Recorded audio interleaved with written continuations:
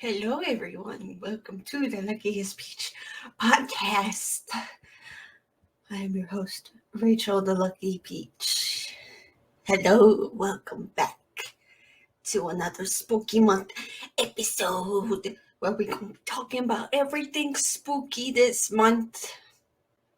Get excited.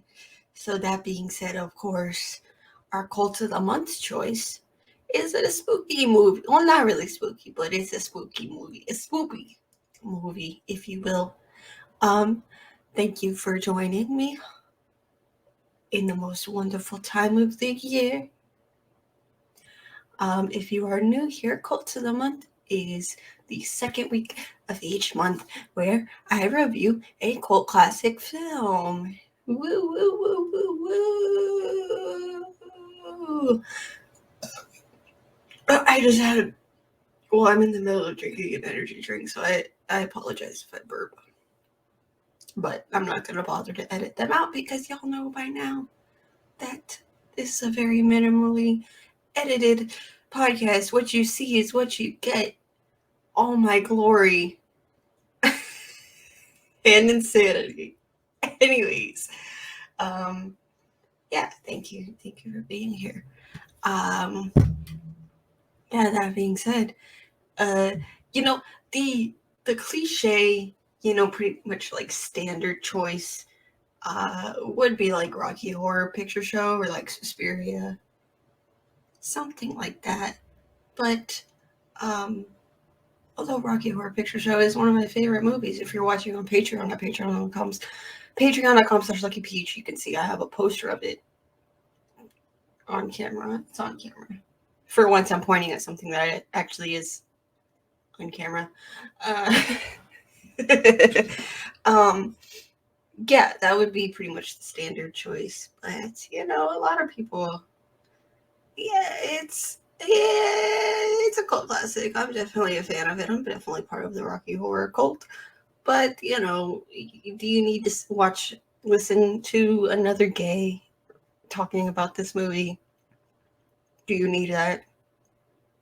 I think you can wait. Also, I would rather save it for a drunk commentary to show it to some friends for the first time, because there's nothing more I love than that. If you've listened to previous episodes of drunk commentary, you'll know that like a lot of those movies, I was the only one who had previously seen the movie before showing it to my friends, and that's what I enjoy doing most. It's kind of like my preference when it comes to these drunk commentaries is like I want to watch a movie that I think is either good or bad, but entertaining nonetheless. But I also want to show it to my friends for the first time, just to get their reactions, because that's the fun thing about it.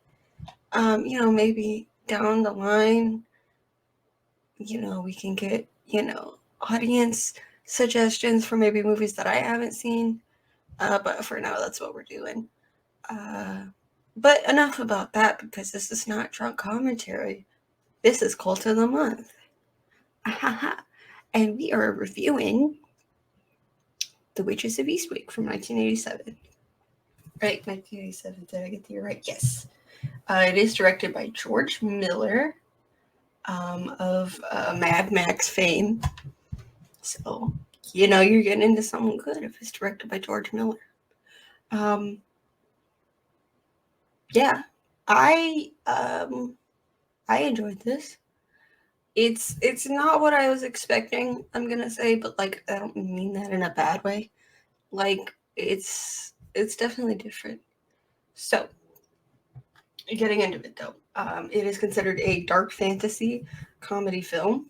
It stars Jack Nicholson, Cher, Michelle Pfeiffer, and Susan Sarandon. And the film is based on John Updike's 1984 novel of the same name.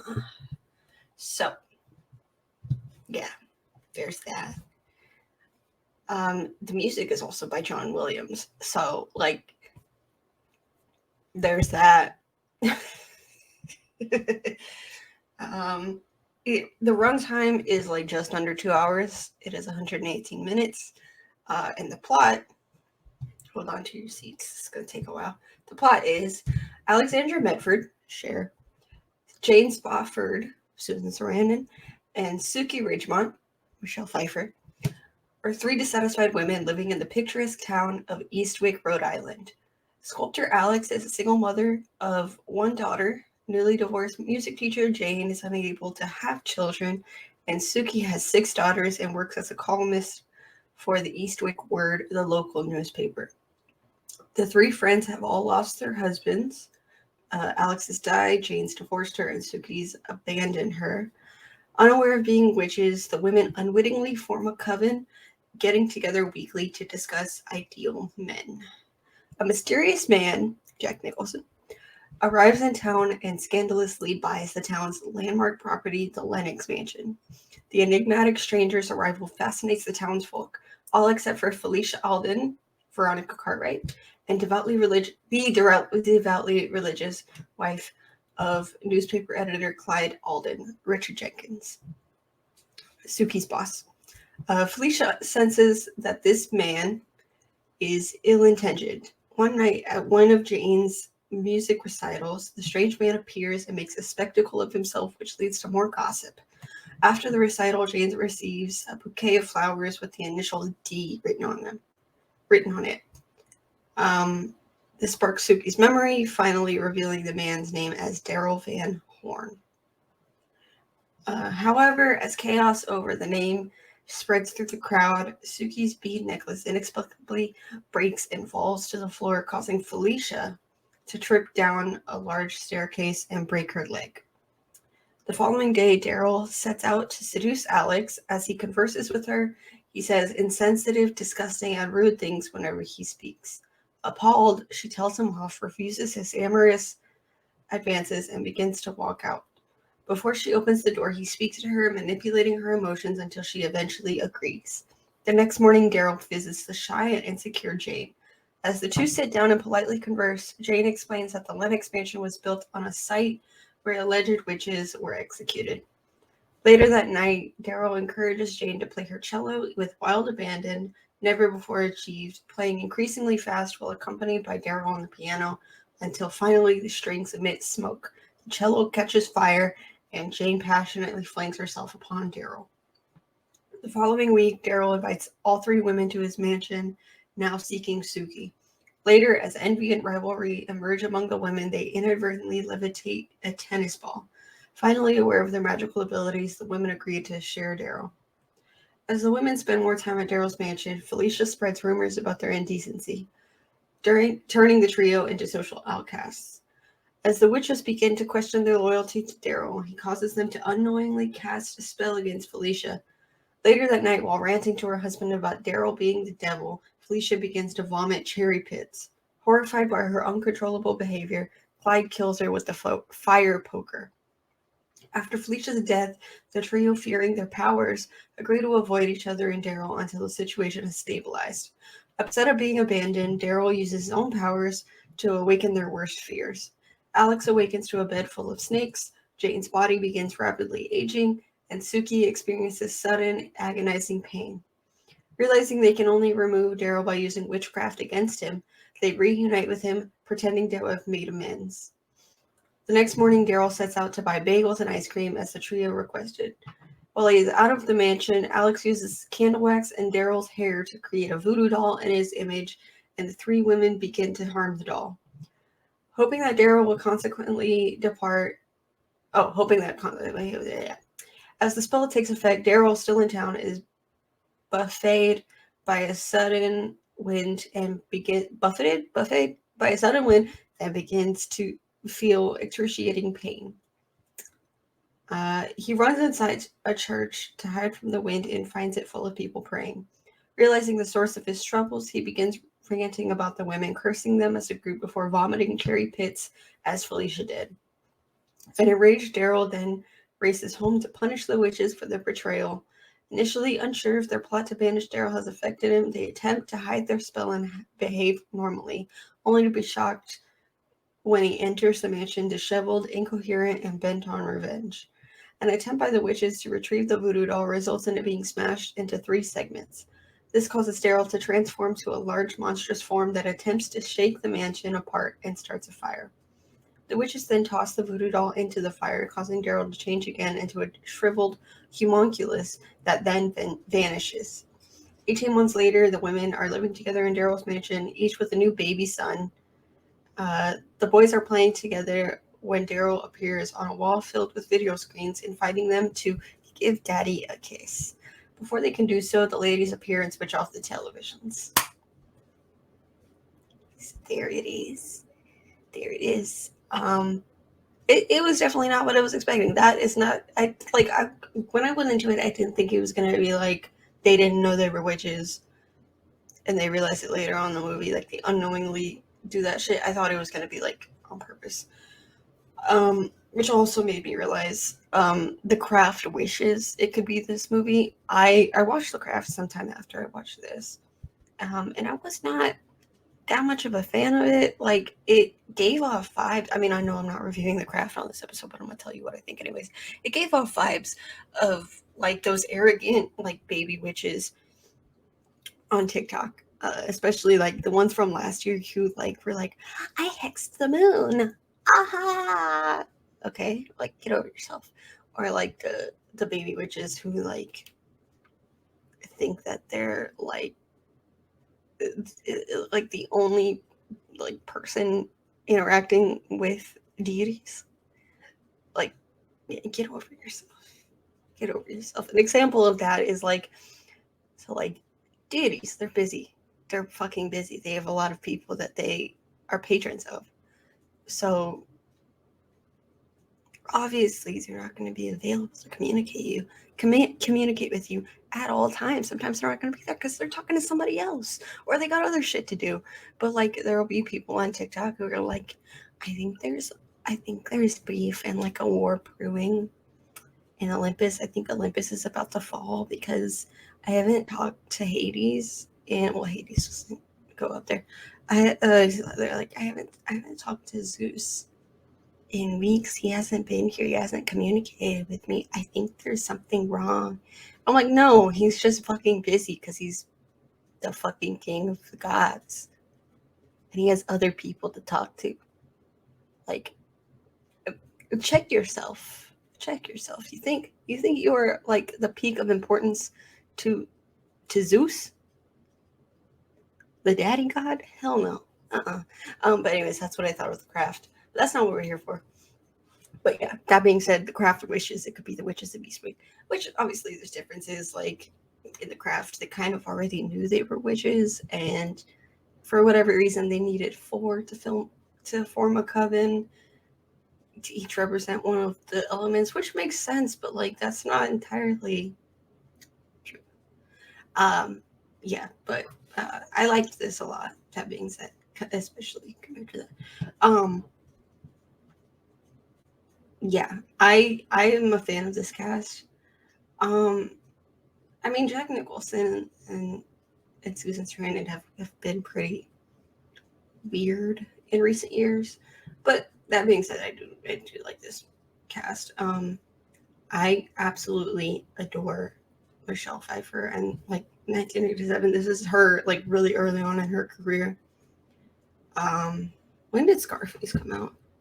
I think it came out before this, but that being said, it's still early in her career. And she's just so pretty. I love her. Also, when Richard Jenkins appears in a movie, it automatically goes up a star for me. Because I also love Richard Jenkins. I think he's fantastic. And he should have won that Oscar for Shape of Water. Yeah, like it's campy, I guess, in a way.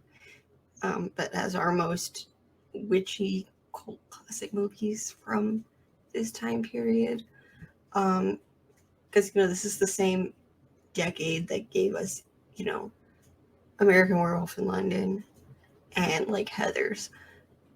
There's a lot of these types of movies coming out of this era, which is great. I love all of them.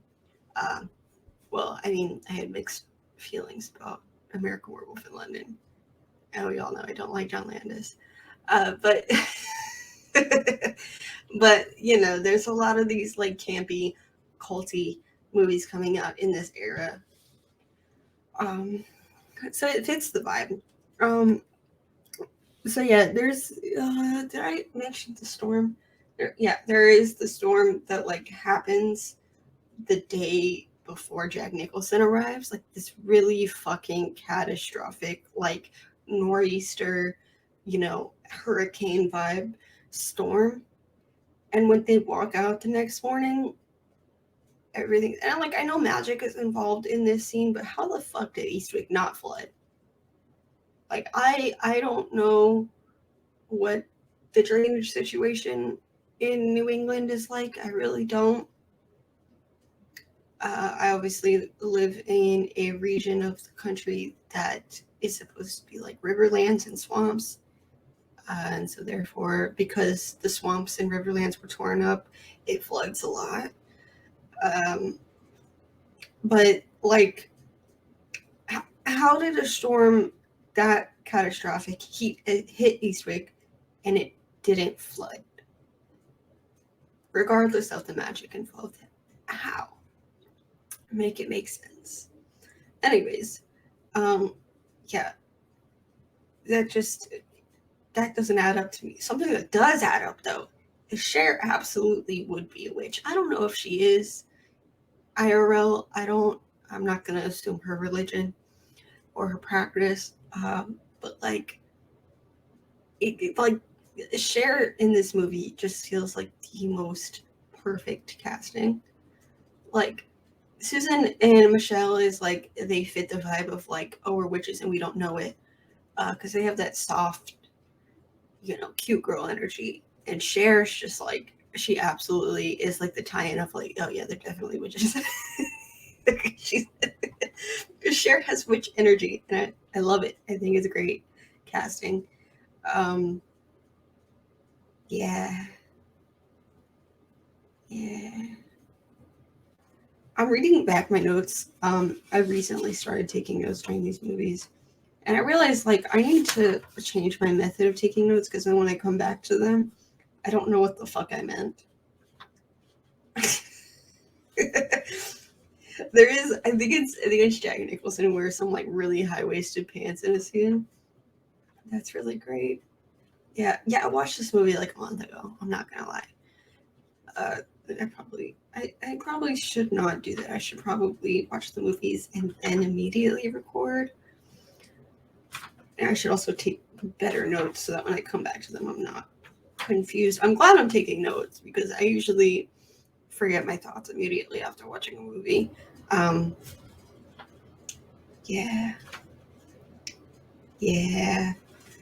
I will say, like, this movie isn't scary, but there's Jack Nicholson has a half up, half down ponytail hairstyle early on in the movie, and that alone is the scariest part of the movie. Jack Nicholson in general is scary. I think he's a great actor, but he's terrifying. He has a terrifying face, and not in a good way, not in like a Willem Dafoe, Mark Rebier type of way. No, he's just fucking scary. I don't. He's scary. I do. He's a great actor. I like him, but like he's scary. So in a way, I think that's good casting. You know. Um, I do. Yeah, I think him playing a piece of shit adds up. I don't know that he is a piece of shit though, so I'm not going to assume that. Um, yeah. But that being said, Cher telling him off, a feminist icon. We love her. Um, on a more technical note, though, like the cinematography is fucking insane. Ooh, it's wild. It's wild. Woo, woo, woo, woo, woo. What are my fucking notes? I need to get better at taking notes because, like, a lot of them are just like random thoughts I had. Like, one of them just says, "Can I pet that dog?"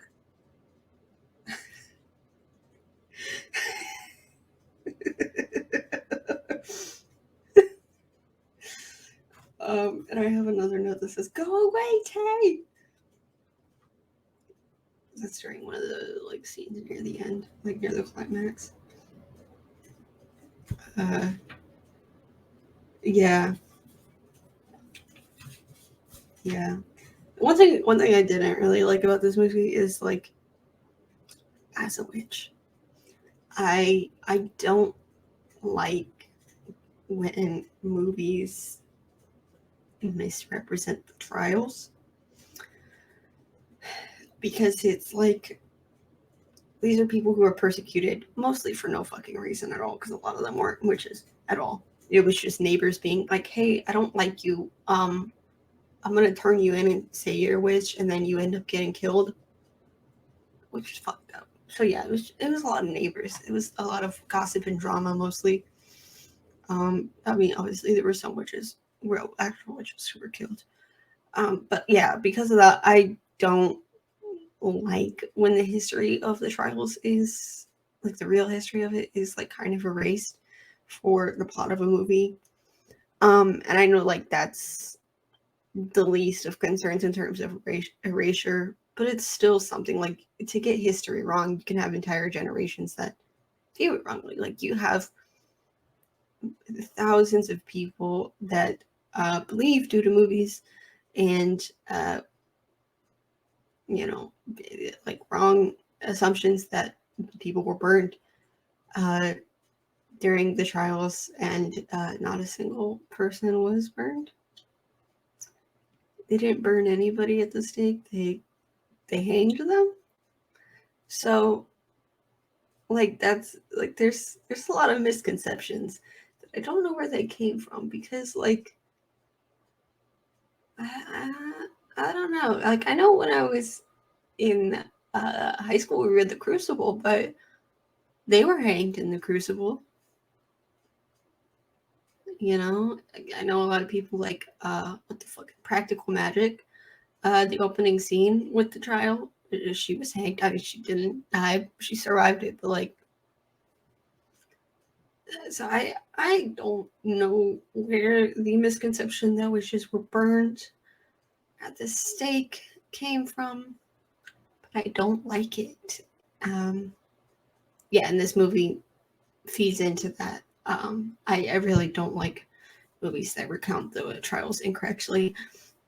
I don't know if it's for like the plot, but I don't like it. I don't like it. This is why I didn't watch Fear Street. Like I started the first part of Fear Street and they started talking about the witches in a bad way that isn't correct to history, and I was like, I'm done. I'm not watching this. It irked me off. I do not like it. I do not like it.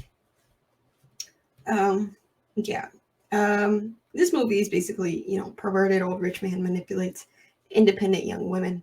Uh, which, you know, this movie came out 30 some odd years ago. And perverted old rich men are still doing that. How the times don't change. Kill all men. Kill all men. Um, yeah. Um, yeah. Like another thought on that, like they can do. I mean, I know they did their little their manifestation at the beginning of the movie, but they can do better than Jack Nicholson. They really can. Like they can do better than Jack Nicholson. Like I can't speak on the personality thing because guys do, manipulative men have ways of just like playing you that you don't realize what's going on until it's too late. I have fallen victim to that, unfortunately.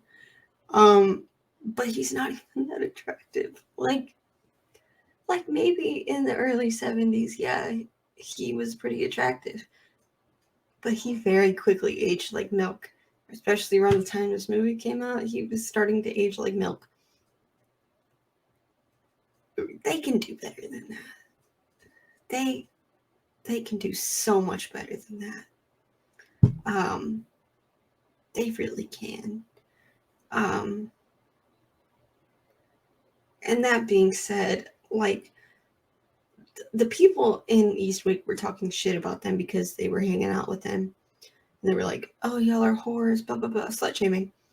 Why weren't they talking about how ugly he is? Why were they busy slut shaming them? The women, I mean, that's just indicative of society. But why were they busy slut shaming the women when they should be saying, like, he's ugly. Why are they fucking around with him? Like, a woman's sexual activity shouldn't matter. Okay? Let's talk shit about the men in these situations. Because this is a player, manipulative, emotionally abusive player asshole manipulating 3 young independent women. And you're busy worrying about the women having sex. You're gonna slut shame them when he's the one being the man whore. No. I think it is perfectly okay, honestly, to slut shame straight men. And that's what I'm doing right here. I mean, like, what the fuck is her name? Felicia? Yeah, Felicia.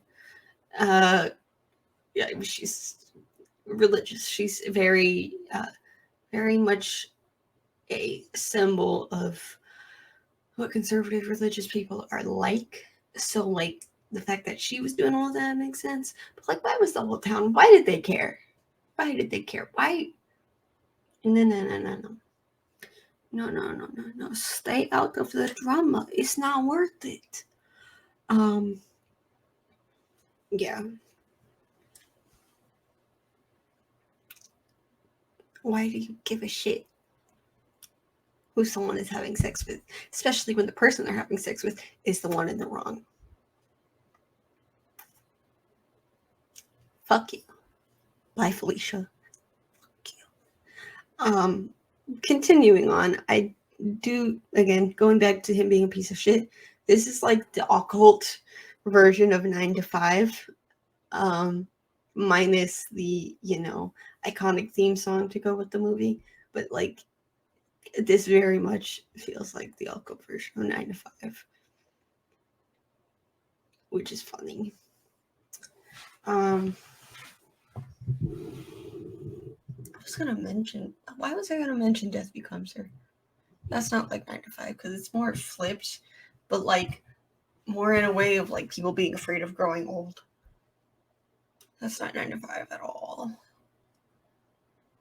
I don't know, but I recommend that as well. I debated reviewing that for this month, but I did not. If you would like me to review that for Cult of the Month, do let me know. I will add it to the schedule.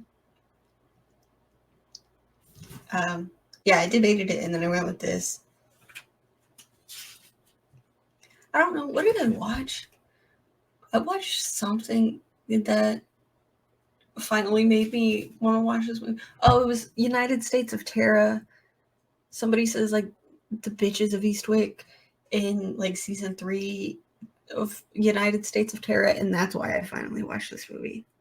That's what it was. I also recommend that show. But yeah. Yeah, they all got knocked up. I don't really entirely, well, okay, no, the purpose of that was so we could have more of a stranglehold on society with this magic or whatever. But like, did we need to add that? Like, the pregnancy bit doesn't play that big of a part into the real plot, to be honest. I don't know. This sounds like somebody. This has vibes of like. I don't recommend this movie, but the A24 Hulu original film False Positive that came out earlier this year, has vibes of that too. I'm not gonna spoil that movie because it's pretty recent release, and this isn't a monthly review, but it has vibes of that as well. I'm like, why? Why do men care so much about continuing their bloodline? It's gonna end eventually, whether you like it or not, in your generation or later on. Your fucking bloodline is gonna end eventually. I promise you, this planet does not give a shit about your bloodline. Get over yourself. That's coming from somebody who plans on stopping my bloodline at me. Because as of now, the only person continuing the bloodline is my sister, and there is only one child in that. And I mean, my nephew's great. I love him. He's cool. But according to me and my brother, he's going to be the only one. Anyways, enough about my family. Yeah, it wasn't as spooky as I wanted it to be. TBH. That's what I meant, but like it wasn't what I expected. Because going back to Death Becomes Her, I was kind of expecting those vibes. But like looking back on it, it's directed by George Miller. It makes a lot of fucking sense. And like as I'm talking about this, I'm liking this movie more. But I'm still gonna give y'all my original rating at the end of this episode. Yeah. The scene where they started to fuck with him, I mean it's the 80s, whatever. But I don't agree that they were like, it's a voodoo doll, because that's a close practice. And it's close practice. Yeah, but that scene was fun. I enjoyed it. I'm not gonna lie. Men are emotional and dramatic and childish as fuck. So I loved it. Yeah, they're idiots. Men are idiots. And like when you figure them out, they will absolutely fall into your traps. And that's fun. That's fun. He deserved it. His character deserved it. You know, only when they deserve it. Don't fuck with people that are not doing anything wrong. But like, the man deserves it. Give it to him. Yeah. The poor ice cream boy though, in that scene, must have been traumatized. Just absolutely traumatized. He's like, man, this guy came in and ordered all this ice cream, and then he starts being weird. He starts fucking doing weird shit. But, you know, everyone who works in service or retail has definitely seen some weird shit. Not on par, but that's kind of on par. Somebody being in excruciating pain isn't fun to watch unless you know the context of why they're in pain, like in this movie. But like everyone has seen some like weird shit that like at work, and you're just like, what the fuck did I just witness? I had a moment like that where some lady from a cult trying to get me to join her cult at work. We love it. It's not the first time that that's happened. The first time was at school. So if I had a nickel for every time that a random stranger came up to me and tried to get me to join their cult, I would have 2 nickels. Which is weird considering, which isn't a lot, but it's funny that it happened. But it's weird that it happened twice. I completely butchered that quote. I'm sorry. I apologize. I'm not going to try it again. I thought about it and then I'm just not going to.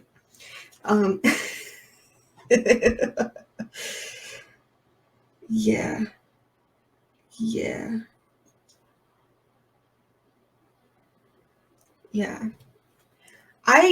Going back to the religious aspects of it, I think this movie is good at commenting on how fucking wild Christianity is and how toxic it can be.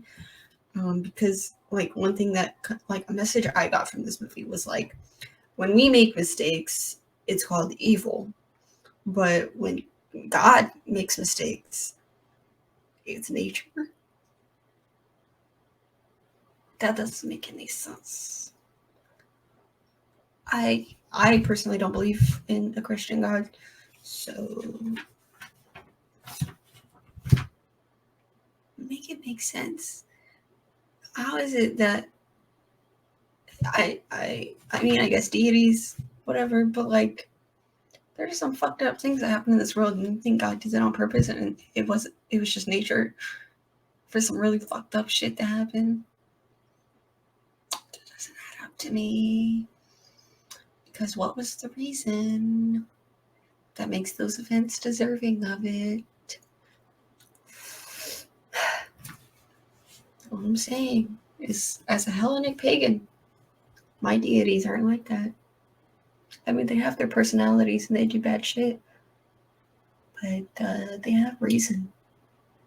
You know, they're actually able to explain why they did that shit instead of just being like, it's nature. That's just the way it is.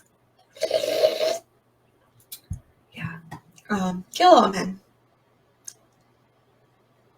Anyways, welcome to Rachel shitting on religion when they should be talking about this movie about witches.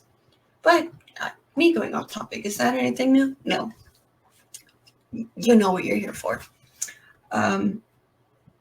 Yeah. The funniest part to me about this movie is going back to when I said, can I pet that dog? There is a dog that just is like sitting there in the street, straight up watching Jack Nicholson get hexed, just like chilling, just like, hey, what's going on? And it's great. I love dogs. I love it. Speaking like that, I was dog sitting this past weekend, and like the dog I was watching, every time I sneezed or laughed or coughed or like answered a phone call, like made any little bit of noise, she would like sigh and then like give me a dirty look, and I'm like, bitch, shut up. I can't make any noise. You just stare at me. Dogs are funny, man. Dogs are real funny. They just stare. They just be looking. They just be looking. They just be watching. Love it. Yeah. Also funny is like when they finally like throw the doll into the fire. Jack Nicholson basically blips out of existence. So I didn't know Thanos was on Earth in the 80s, but apparently he was, because he only blipped Jack Nicholson. Yeah. One thing that's fucking weird though, well, another thing that's weird, there's a lot of weird things about this movie, is at the end when they have the babies, the camera straight up gets the babies' pee-pees on camera. No censoring at all. I think that's fucking weird. Like, I know it's anatomy, it's whatever, but those are babies. I don't want to see that in my movie. I don't want to see a baby's parts in my movie. Adults only, please. Babies can't consent to that. That's weird. Let's stop taking pictures of our naked babies. Because I know that's a weird fucking trend. Like, people have babies and then they take pictures of them in the bath all naked and shit. Let's not do that. That's fucking weird. It's not cute. It's gross. It's weird. Like, I know, it's just normal. You only think being naked is normal when it's a baby. I've noticed. Like, some people. I don't care. Yeah, it's your body. You know, it's more natural than clothes. But, like, why do people think that it's only normal to be naked all the time when you're a baby? It's kind of sus. That's kind of sus. I'm not a nudist, though. I don't live with my parents, so I can't walk around naked. Yeah. Anyways, yeah, I would say that this movie is part of the Good for Her cinematic universe. Absolutely. Yeah. Also, like the house is dope. It's how I would design a mansion if I wanted one. I personally am a small house type of person. I don't want all that space. It's too much. But if I wanted to mansion one, I would design it like the one in this movie. It's pretty dope. Not gonna lie.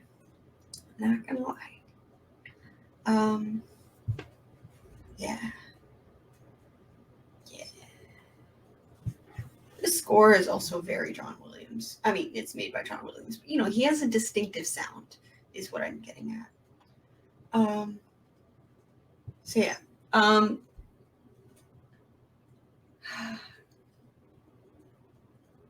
shit. So yeah, Jack Nicholson. Getting into the production bits of this, Jack Nicholson expressed interest in playing the role of Daryl through his then girlfriend Angelica Houston. After hearing that the original actor for the role, Bill Murray, had dropped out. I honestly think this movie would have been better with Bill Murray. He has the comedy chops. Houston was in the running for the role of Alex. And screen tested opposite Michelle Pfeiffer, who had already been cast as Suki, and Amy Madigan, who was considered for the role of Jane. After giving a self-confessed terrible audition in which she struggled with the tough dialogue, it's not tough, Houston realized she had lost the role, and it was eventually offered to Cher. It was originally set to be filmed in Little Compton, Rhode Island, but controversy erupted in Little Compton over whether or not its congregational church should be involved with the film's production. Warner Brothers instead turned to locations in Massachusetts. Principal photography began in July of 1986 and took place over the course of 6 weeks in Cohasset and nearby Massachusetts towns, such as Marblehead and Scituate. I probably mispronounced that. Castle Hill in Ipswich, Massachusetts, was used for the exterior of the Lenox Mansion, while the lobby of the Wang Center in Boston stood in for the main hall. Other interiors were filmed at the Greystone Mansion in Beverly Hills, though the swimming pool and Daryl's library were sets built on the Warner Brothers backlot. Prior to filming, a small carving shop led by woodcarver Paul McCarthy was commissioned to hand carve all the wooden signs for the businesses shown in the movie, including the newspaper where Michelle Pfeiffer's character worked.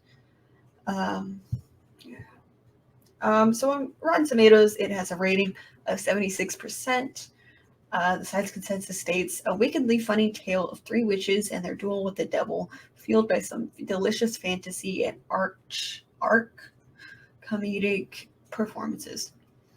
On Metacritic, the film has a score of 67 out of 100, with generally favorable reviews. The Washington Post wrote that that Hollywood pulls out all the stops here, including a reordering of John Updike's original book to give you one flashy and chock full of surprises Witch's Tale. Janet Maslin in the New York Times commended the bright, flashy, exclamatory style.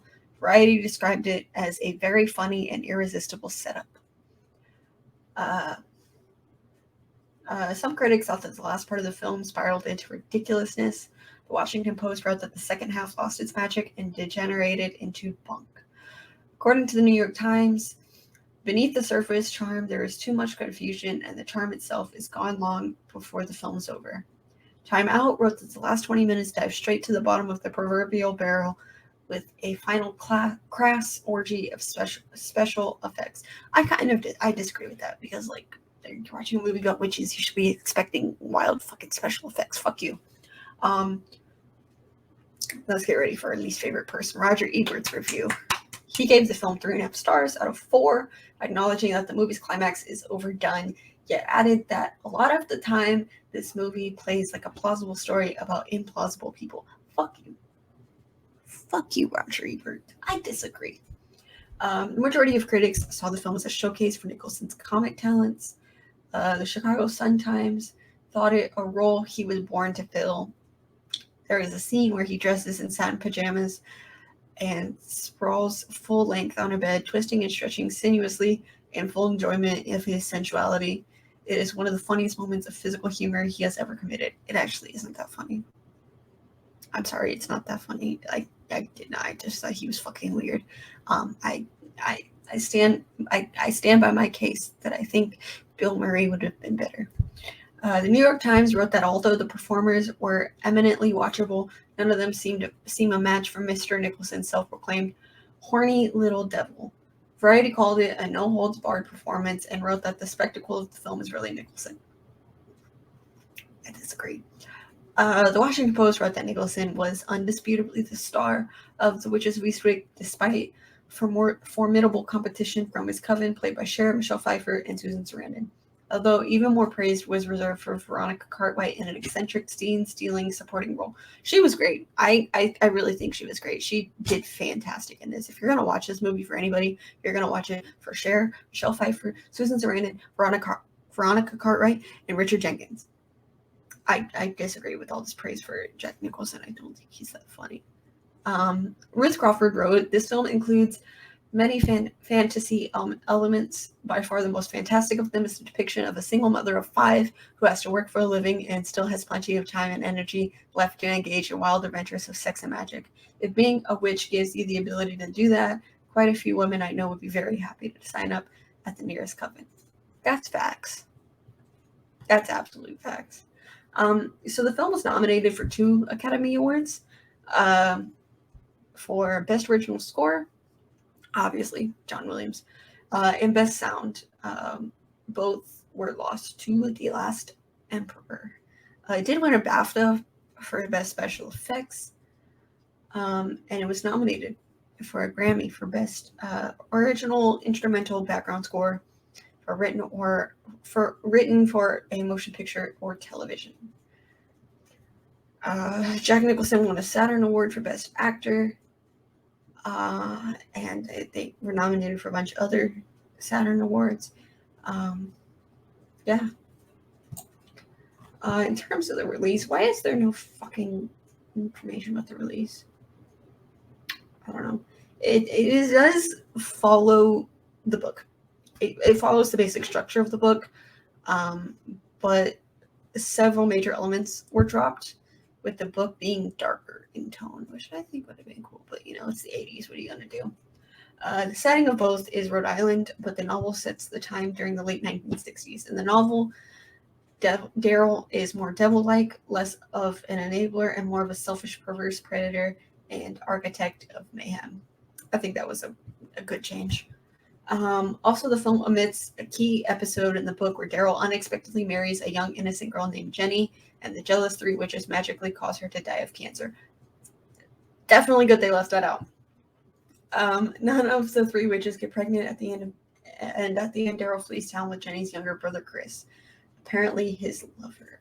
Yeah, I think it would have been good to not have the part where they get pregnant. I think that was weird. It didn't need to be there.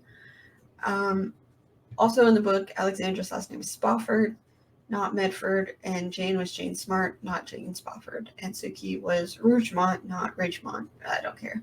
There are differences in their hair and build too. Whatever. So yeah, the budget was $22 million. That's quite a lot, to be honest. But it's George Miller. And it made $63.8 million in the box office. So it was very successful. I decided to stop commenting on how I feel about cult classics and how they perform in the box office. I just don't care anymore. I know in past episodes I've been like, why? What? But I just don't care. I really don't. Yeah, that's the whole movie. I think it's pretty good. I like it. I don't know that I'm gonna rewatch it anytime soon. I don't love it. I think it has issues. I think it's messy at times, and I'm not a fan of Jack Nicholson in this movie.